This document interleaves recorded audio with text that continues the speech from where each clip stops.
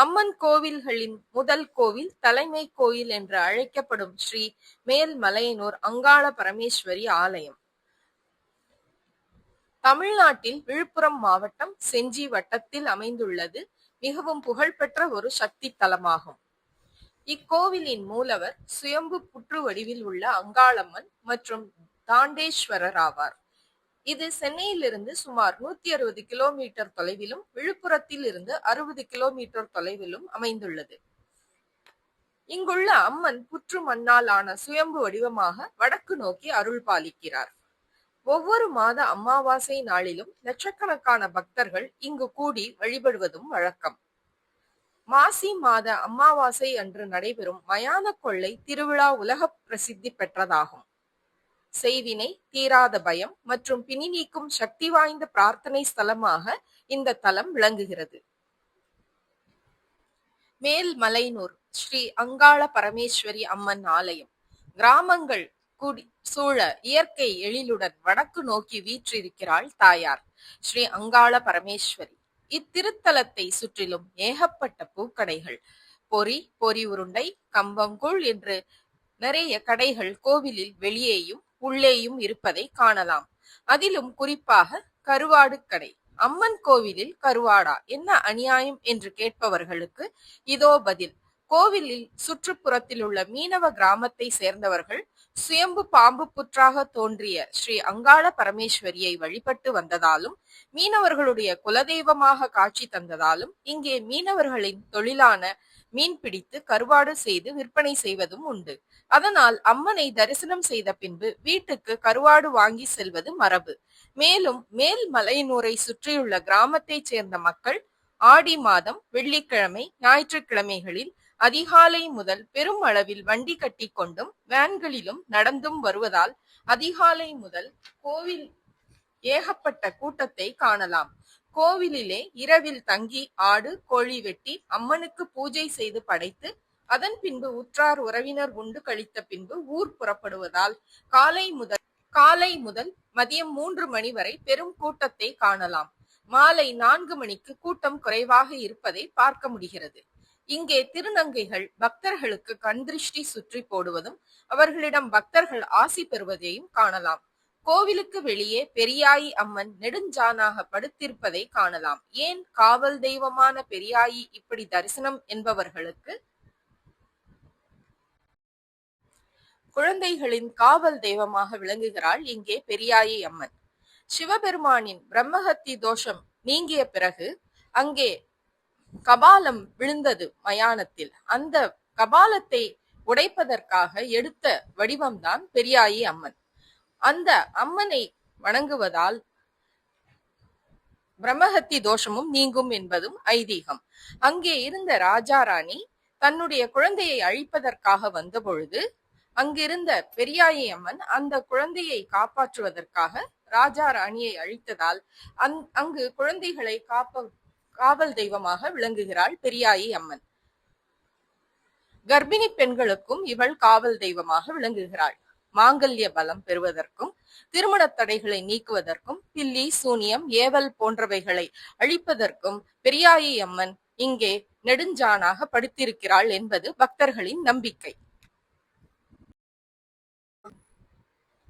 குழந்தைகளின் காவல் தெய்வமாகவும் பெண்களின் காவல் தெய்வமாகவும் விளங்கும் பெரியாயி அம்மனை பக்தர்கள் 9 முறை வலம் வந்து புடவைகள் சாத்தி மஞ்சள் கயிறு, மாங்கல்ய பலம் பெருக மஞ்சள் கயிறு கட்டியும் தொட்டிலிட்டும் குங்குமத்தை அர்ச்சித்தும் பூ மாலைகளை போட்டும் மேலும் கயிறுகளை வாங்கி கட்டியும் அம்மனை சுற்றி வருகிறார்கள். இப்படி வலம் வருவதால் பெரும்பாலான பில்லி, சூனியம், ஏவல், கண் திருஷ்டி போன்றவைகள் நீங்கும் என்பதும் பக்தர்களின் தீராத நம்பிக்கையாக இருக்கிறது. இப்பூவுலகில் அனைத்திற்கும் ஆதியும் அந்தமுமான அன்னை ஆதிபராசக்தி எத்தனையோ அவதாரம் எடுத்திருக்கிறாள். அரக்கர்களையும் அதர்மத்தையும் அழித்து மக்களையும் மற்ற உயிர்களையும் காத்து வருகின்றாள். இறைவனை காக்க இறைவி எடுத்த அவதாரமே அங்காள பரமேஸ்வரி அம்மன் அவதாரம். அங்காளம்மன் அல்லது அங்காள பரமேஸ்வரி என்பவள் பெண் தெய்வங்களில் ஒருவராவாள். இந்த அம்மனை பலர் குலதெய்வமாகவும் வழிபடுகிறார்கள். சிவனின் உடலில் இடப்பாகத்தில் சரிபாதியாக இருப்பதால் பார்வதி தேவி அங்கம் ஆளும் ஈஸ்வரி என்று அழைக்கப்பட்டதால் அங்காள பரமேஸ்வரி ஆனாள். ஆதியில் பிரம்மதேவன் 5 தலைகளுடன் இருந்தார். பிரம்மாவின் 5வது தலையை சிவபெருமான் கிள்ளி எறிய சிவனுக்கு பிரம்மஹத்தி தோஷம் ஏற்பட்டது. சிவபெருமானின் பிரம்மஹத்தி தோஷம் நீக்கும் பொருட்டும் கலியுக மக்களுக்கு அருள்பாலிக்கும் பொருட்டும் அன்னை பராசக்தி சிவசுயம்பு புற்றுருவாக அவதாரம் செய்து அங்காளம்மனாக எழுந்தருளிய புண்ணிய ஸ்தலம்தான் தண்டகாரண்யம் என்னும் மேல்மலையனூர் ஆகும்.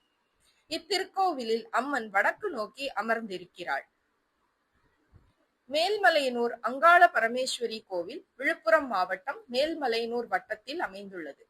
இது ஒரு பிரார்த்தனை ஸ்தலமாகவும் விளங்குகிறது. இத்தலத்தில் கருவறையில் உள்ள புற்றையே அங்காளம்மனாக வழிபட்டு பூஜிக்கின்றார்கள்.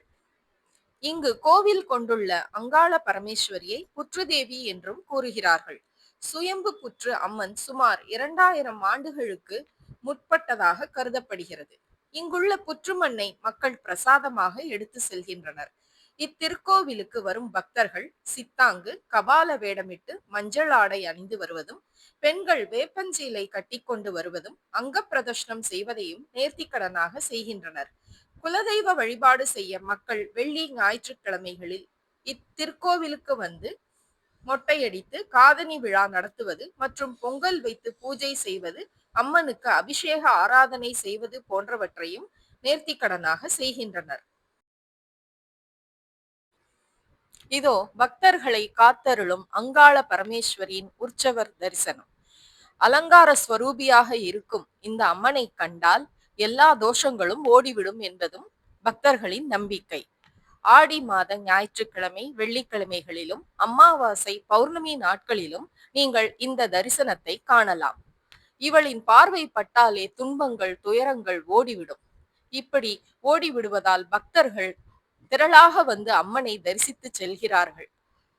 இங்கே ஆடு கோழி போன்றவற்றை நேர்ந்து விடுவதும் முடி காணிக்கை செய்வதும் கண் திருஷ்டி சுற்றி போடுவதும் வழக்கமாக கொண்டிருக்கிறார்கள். பூ மாலைகளை கொண்டு வந்து சாத்துவதும் புடவைகளை சாத்துவதும் அலகு குத்தி வேஷமிட்டு வேப்பிலை கட்டிக்கொண்டு நேர்த்திக்கடனை செய்பவர்களும் உண்டு. மாவிளக்கு ஏற்றி பொங்கலிட்டு பக்தர்கள் முடிகாணிக்கை செலுத்தியும் இங்கே வழிபடுகிறார்கள். இப்படி செய்வதால் அவர்களின் துன்பங்கள் துயரங்கள் ஓடிவிடும் என்பதும் பக்தர்களின் நம்பிக்கை. இக்கோவிலில் மாதந்தோறும் அமாவாசை மற்றும் பௌர்ணமி நாட்கள் விசேஷ நாட்களாக கருதப்படுகிறது. அந்த தினங்களில் இங்கு பக்தர்கள் அதிக அளவில் கூடுகின்றனர். அமாவாசை நாட்களில் ஆலயத்தில் கூட்டம் நிரம்பி வழியும். அமாவாசை தோறும் நள்ளிரவு 12 மணிக்கு அங்காளம்மன் ஊஞ்சல் உற்சவம் வெகு சிறப்பாக நடத்தப்படுகிறது என்று சொல்கிறார்கள். பௌர்ணமி தினங்களில் பக்தர்கள் வந்து வணங்க 24 மணி நேரமும் நடை திறந்து வைக்கப்பட்டுள்ளதாக கூறுகிறார்கள். அங்காள பரமேஸ்வரியின் கருவறையில் உள்ள சுற்றுச்சுவர்களில் பக்தர்கள் தங்களின் கோரிக்கைகளை நிறைவேற எழுதி வைத்திருப்பதை பார்க்கலாம். அது நிறைவேறுவதாகவும் பக்தர்களின் நம்பிக்கை. இந்த கருவறையின் சுற்றுச்சுவர்களில் பக்தர்களின் நேர்த்திக்கடன் எழுதி வைத்திருப்பதை பார்த்தால் சற்று வித்தியாசமாகத்தான் இருந்தது. என்ன என்று பார்த்தால் பக்கத்தில் இருக்கும் பெண்ணுக்கு திருமணம் நடக்க வேண்டும் என்றும் விஜய் சிஎம் ஆக வேண்டும் என்றும் தங்களின் நோய் நொடிகள் தீர வேண்டும் என்றும் எழுதியிருந்தார்கள். இதோ அங்காள பரமேஸ்வரியின் உற்சவர் தரிசனம் பத்மம் யூடியூப் சேனல் உங்களுக்காக வழங்குகிறது. படம் பிடித்து காட்டியுள்ளது. இங்கேதான் பக்தர்கள் லட்சக்கணக்கில் வருகை தருகிறார்கள். ஏன் எதற்காக என்று பார்த்தால் தங்களின் குறைகளை தீர்க்கவும். இதோ மூலவர் தரிசனம். இங்கே தான் புற்று அம்மனாக சுயம்பு புற்று அம்மனாக அங்காள பரமேஸ்வரி வீற்றிருக்கிறாள். இவளின் பார்வை பட்டாலே நம் துயரங்கள் எல்லாம் ஓடிவிடும். வேண்டும் வரங்களை எல்லாம் பக்தர்களுக்கு வாரி வாரி வழங்குகிறாள். இதனால் லட்சக்கணக்கான பக்தர்கள் உலகெங்கிலும் இருந்து வருகை தருகிறார்கள். இவளின் பார்வை பட்டாலே போதும், நம் வாழ்வை மேன்மையடையும். இந்த ஆடி வெள்ளியை முன்னிட்டு பத்மம் யூடியூப் சேனல் உங்களுக்காக மேல்மலையனூர் அம்மனின் தரிசனத்தை வழங்குகிறது. இது போன்ற மேலும் வீடியோக்களை காண பத்மம் யூடியூப் சேனலை சப்ஸ்கிரைப் பண்ணுங்க, லைக் பண்ணுங்க, ஷேர் பண்ணுங்க, கமெண்ட் பண்ணுங்க. நன்றி, வணக்கம்.